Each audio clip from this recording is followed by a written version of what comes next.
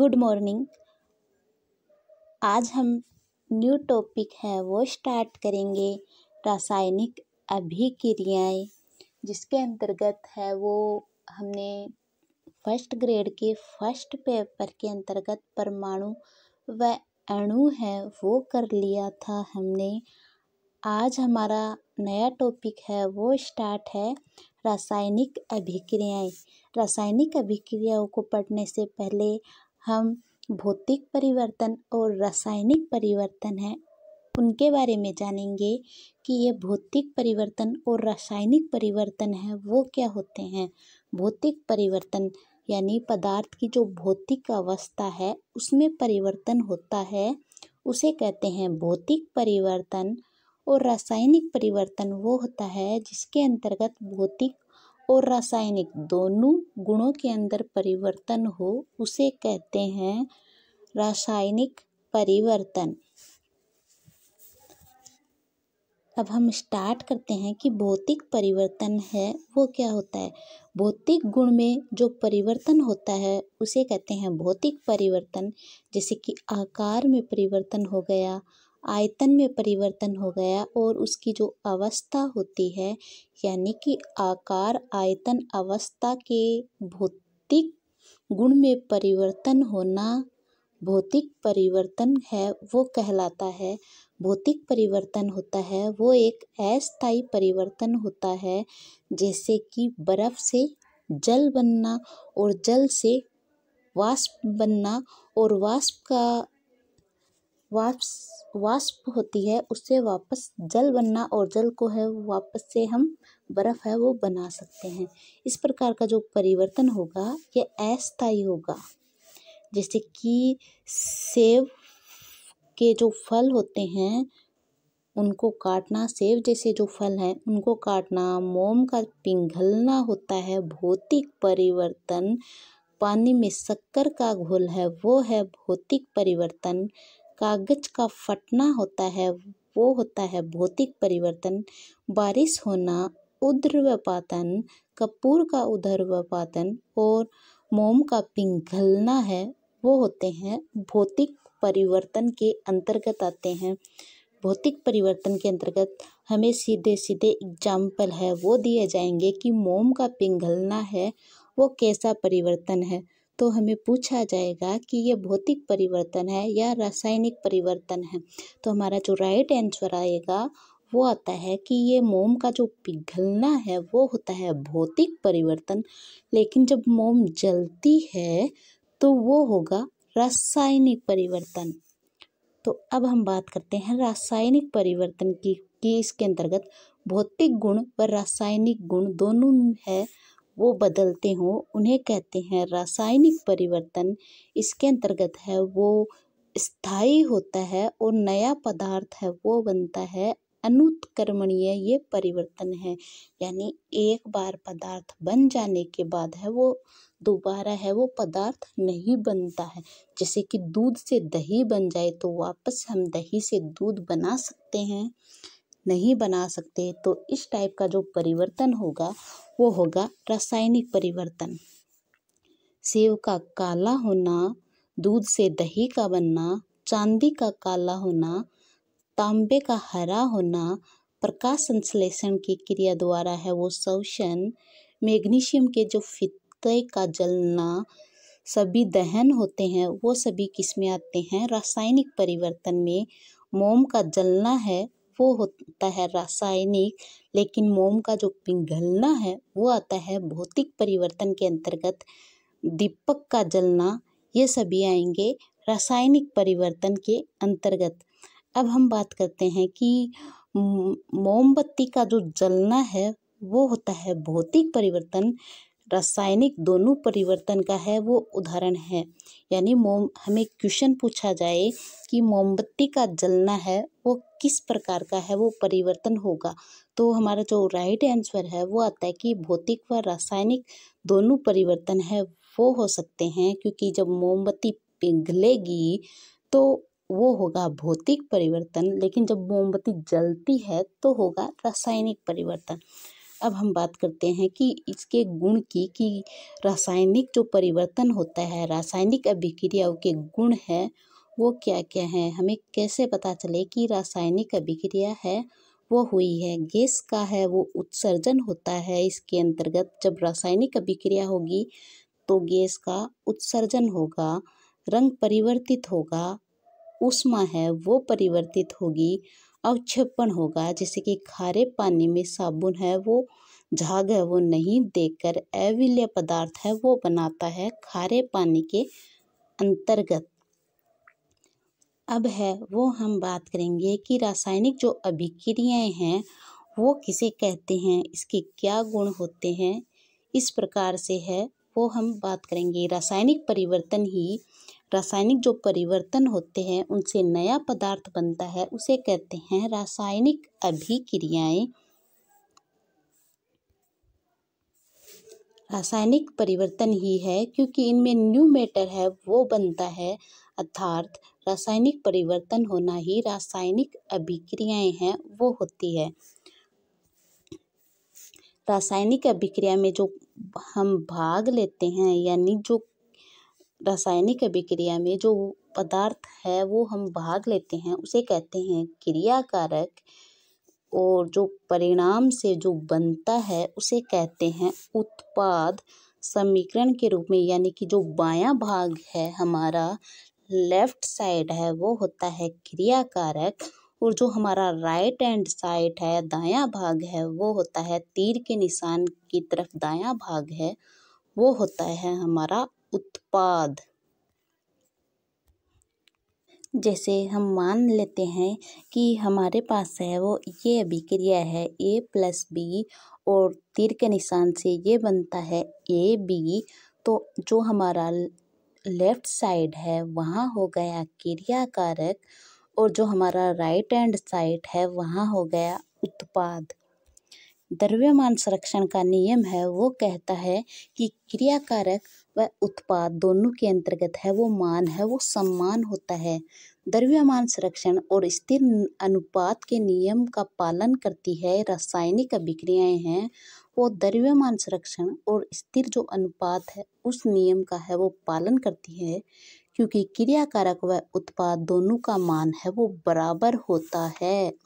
रासायनिक अभिक्रिया के अंतर्गत क्रियाकारक व उत्पाद दोनों का मान है वो बराबर होता है। H2+O2 बराबर बन गया जल। जो H2 है उसमें हाइड्रोजन के 2 अणु हैं और ऑक्सीजन के हैं वो भी 2 अणु हैं। अणु होता है परमाणुओं का जो समूह होता है उसे कहते हैं अणु। परमाणु होता है वो पदार्थ का सबसे सूक्ष्मतम कण है वो होता है परमाणु। पदार्थ है जिसे हम छू सकते हैं, महसूस कर सकते हैं, जो स्थान गिरता है उसे कहते हैं पदार्थ। यानी कि हाइड्रोजन के 2 अणु और जल के है, ऑक्सीजन के भी है 2 अणु, तो क्रिया करके है वो 2 अणु हाइड्रोजन के और 1 अणु है वो ऑक्सीजन का बना रहा है। इस प्रकार जो ये अभिक्रिया है वो असंतुलित समीकरण है, जबकि ये असंतुलित समीकरण है इस कारण इस समीकरण को कंकाली समीकरण है वो कहते हैं। असंतुलित समीकरण को कंकाली समीकरण है वो कहा जाता है। संतुलित करने की यह विधि है वो हिट एंड ट्राई विधि। बढ़ा या घटाकर जब हम संतुलित करते हैं तो वह विधि क्या कहलाती है, हिट एंड ट्राई विधि है वो कहलाती है। अब हम जो जल है इसे संतुलित करते हैं। हाइड्रोजन के है वो हमारे पास 2 अणु थे, तो यहाँ पर भी हाइड्रोजन के 2 अणु, तो ऑक्सीजन के हमारे पास यहाँ 2 अणु हैं लेकिन यहाँ पर 1 अणु है, इसलिए हमें यहाँ पर है ऑक्सीजन के 2 अणु यानी 2 से हमने है वो पूरी जो पदार्थ था उसे गुणा किया, तो हाइड्रोजन के यहाँ पर अणु हो गए 4, तो हमें यहाँ पर भी हाइड्रोजन के है वो अणु बनाने हैं 4, तो 2 से इसे भी गुणा किया तो हमारा जो संतुलित समीकरण है वो तैयार हो गया।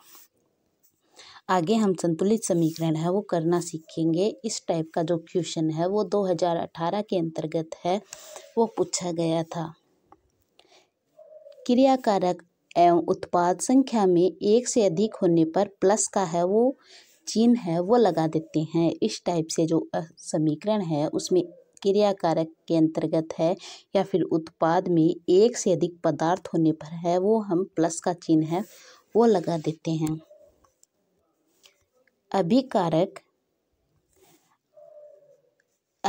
अभिकारक एवं उत्पाद जब जलीय विलयन के रूप में हो तो उसे AQ से लिखते हैं। जब अभिकारक है वो जो जलीय विलयन के रूप में होते हैं तो उसे AQ के रूप में लिखते हैं। जब सॉलिड के रूप में होते हैं यानी ठोस के रूप में होते हैं तो उसे S से है वो लिखते हैं। द्रव्य के रूप में होते हैं तो उसे L से लिखते हैं। लिक्विड यानी गैस के रूप में हो तो उसे G से लिखते हैं। जैसे कार्बन और ऑक्सीजन है वो CO2 बना रहा है तो CO2 एक गैस है इसलिए G, और ऑक्सीजन भी एक गैस है इसलिए G, और सॉलिड यानी कोयला है कार्बन है वो है S यानी सॉलिड। केमिकल रिएक्शन जब उत्क्रमणीय होती है तो दोनों तरफ है वो चिन्ह लगाया जाता है। इस टाइप से वो चिन्ह लगाया जाता है कि यह अभिक्रिया इस तरफ भी हो सकती है और इस तरफ भी है यह अभिक्रिया है वो हो सकती है। अभिक्रिया में प्रयुक्त उत्प्रेरक को तीर के निशान के ऊपर है वो लिखते हैं। जब भी हम अभिक्रिया के अंतर्गत उत्प्रेरक को है वो काम में लेते हैं तो उसे तीर के निशान के ऊपर की तरफ है वो लिखते हैं। जैसे कि इस समीकरण के अंतर्गत एथीन है वो एथेन है वो बना रहा है निकल की प्रेजेंस में। एथीन प्लस हाइड्रोजन, दो अणु हाइड्रोजन के प्लस ये निकल है वो हो गया। उत्प्रेरक का काम करता है निकल Ni, जो एथेन है वो बना रहा है। उत्प्रेरक है होते हैं वे पदार्थ होते हैं जो अभिक्रिया की जो गति है उसे बढ़ा भी देते हैं और घटा भी देते हैं, लेकिन जो अभिक्रिया होती है उसमें भाग नहीं लेते हैं उत्प्रेरक। अब है वो हम बात करेंगे कि जो समीकरण है उसे संतुलित है वो कैसे करते हैं। रासायनिक अभिक्रिया है उसमें समीकरण को है वो संतुलित किस प्रकार से है वो करते हैं। सेम टू सेम क्वेश्चन है वो दिया गया था इसके अंतर्गत 2022 के अंतर्गत जो एग्ज़ाम हुई थी फर्स्ट ग्रेड की उसमें क्वेश्चन है वो पूछा गया था। इसके अंदर हमें समीकरण दी है कि आयरन है प्लस H2O जब रिएक्शन होती है तो Fe3O4 प्लस H2 है वो बनता है। इसके अंतर्गत जो FeH2 है ये हो गई क्रिया कारक हमारे, और ये इस टाइप और जो तीर के निशान के इस तरफ है वो हमारे हो गए उत्पाद। जो इसके अंतर्गत आयरन के हमारे पास कितने अणु हैं, क्रिया कारक में आयरन के जो अणु है वो है 1, हाइड्रोजन के हमारे पास अणु हैं 2 और ऑक्सीजन के हमारे पास अणु हैं 1। इसी प्रकार जो उत्पाद है उसमें आयरन के हमारे पास अणु है 3 और जो फिर हमें दिया है हाइड्रोजन के अणु है हमारे पास 2 और ऑक्सीजन के अणु है हमारे पास 3। तो इस प्रकार से यहाँ दोनों तरफ है वो क्रिया कारक व उत्पाद के दोनों तरफ है वो जो पदार्थ होते हैं उनकी मात्रा है वो समान होनी चाहिए। तो हम सबसे पहले आयरन की जो मात्रा है वो समान करते हैं। यहाँ पर आयरन के 3 अणु हैं हमारे पास और इस तरफ है हमारे पास 1 अणु, तो हम इसे 3 से है वो गुणा कर दिए प्लस फिर सेम टू सेम समीकरण है वो लिख देनी है H2O और Fe3O4 प्लस H2O। फिर दूसरी जो आती है हमारे पास कि 3Fe और जो हमारे पास यहाँ पर जो ऑक्सीजन है इसके अणु है हमारे पास 4 और जो क्रिया कारक है उसमें है हमारे पास 1 अणु। तो हम ऑक्सीजन के 4 अणु करने के लिए हम इसे 4 से है वो गुणा कर देते हैं, यानी 3Fe हमने 3 से गुणा किया क्योंकि Fe है वो इस तरफ था, उत्पाद की तरफ 3 था जबकि क्रिया कारक है उसकी तरफ 1 था, इसलिए हमने जो अणु था उसे आयरन को 3 से गुणा किया और फिर ऑक्सीजन के हमारे पास यहाँ पर 4 अणु है उत्पाद की तरफ, फिर ऑक्सीजन का 1 अणु है इस टाइप से, तो हम यहाँ पर अणु 4 है वो कर देते हैं, फिर समीकरण को सेम टू सेम है वो लिख देते हैं।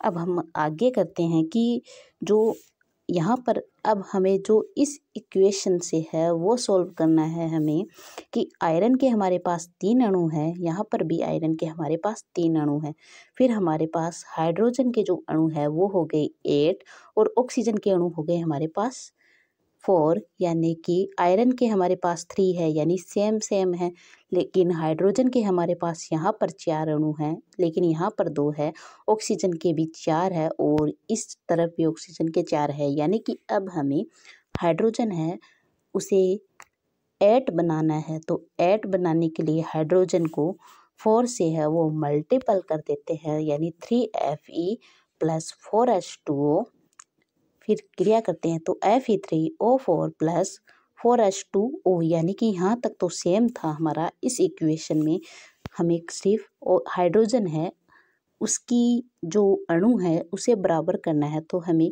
यहाँ पर 8 थे हाइड्रोजन के, तो हमें यहाँ पर भी है वो ऐड करने हैं हाइड्रोजन के, तो यहाँ पर 4H2O हो गया। इस प्रकार है वो हम समीकरण को है वो संतुलित कर सकते हैं।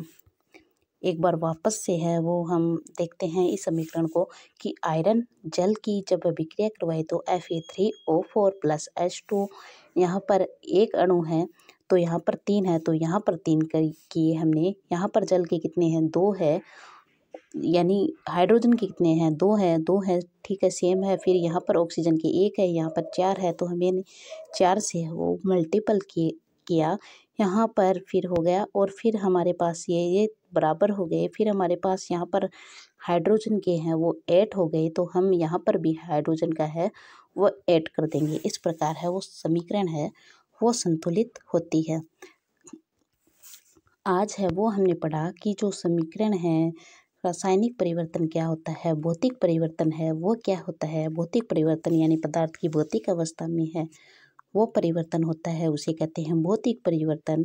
आकार में हो गया, आयतन में हो गया, फिर अवस्था में जो परिवर्तन होता है उसे कहते हैं भौतिक परिवर्तन। रासायनिक परिवर्तन यानी कुछ नया पदार्थ बनता है वो हो गया रासायनिक परिवर्तन।